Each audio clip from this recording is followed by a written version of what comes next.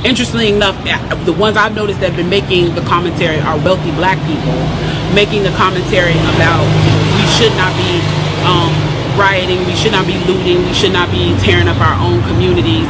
And then there's been an argument of the other side of we should be hitting them in the pocket. We should be focusing on the blackout days where we don't spend money.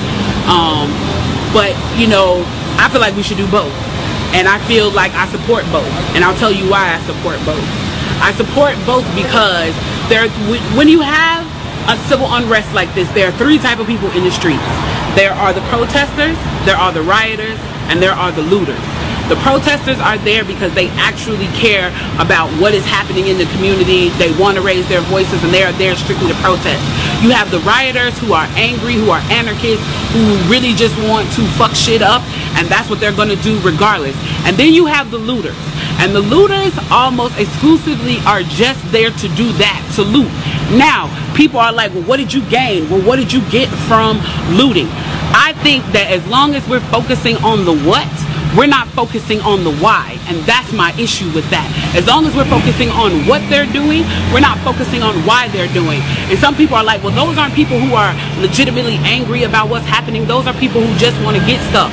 Okay, well then, let's go with that. Let's say that's what it is. Let's ask ourselves why in this country in 2020, the financial gap between poor blacks and the rest of the world is at such a distance that people feel like their only hope and only opportunity to get some of the things that we flaunt and flash in front of them all the time is to walk through a broken glass window and get it. That they are so hopeless that getting that necklace, getting that TV, getting that change, getting that bed, getting that phone, whatever it is that they're going to get, is that in that moment when the riots happen and if they present an opportunity of looting, that's their only opportunity to get it. We need to be questioning that why. Why are people that poor? Why are people that broke? Why are people that food insecure, that clothing insecure, that they feel like their only shot, that they are shooting their shot by walking through a broken glass window to get what they need?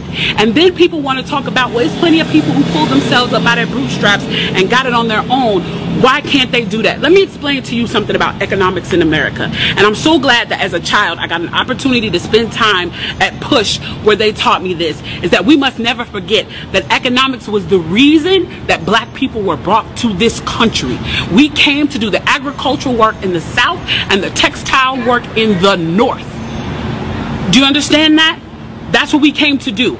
We came to do the agricultural work in the South and the textile work in the North. Now, if I right now decided that I wanted to play Monopoly with you, and for 400 rounds of playing Monopoly, I didn't allow you to have any money, I didn't allow you to have anything on the board, I didn't allow for you to have anything, and then we played another 50 rounds of Monopoly, and everything that you gained and you earned while you were playing that round of Monopoly was taken from you. That was Tulsa, that was Rosewood. Those are places where we built black economic wealth, where we were self-sufficient, where we owned our stores, where we owned our property, and they burned them to the ground. So that's 450 years. So for 400 rounds of Monopoly, you don't get to play at all.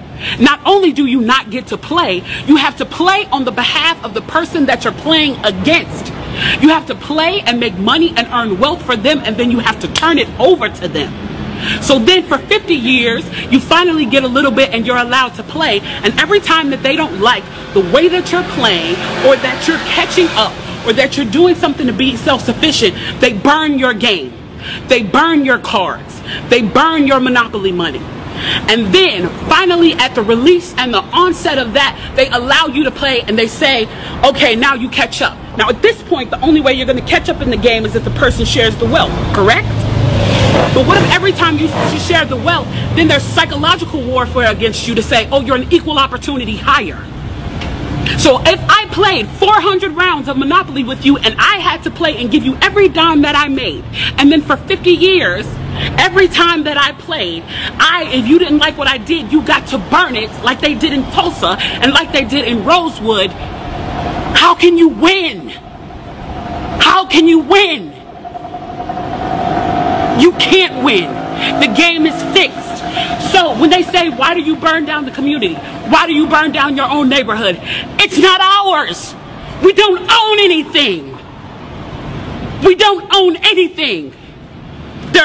Trevor Noah said it so beautifully last night. There's a social contract that we all have. That if you steal or if I steal, then the person who is the authority comes in and they fix the situation. But the person who fixes the situation is killing us.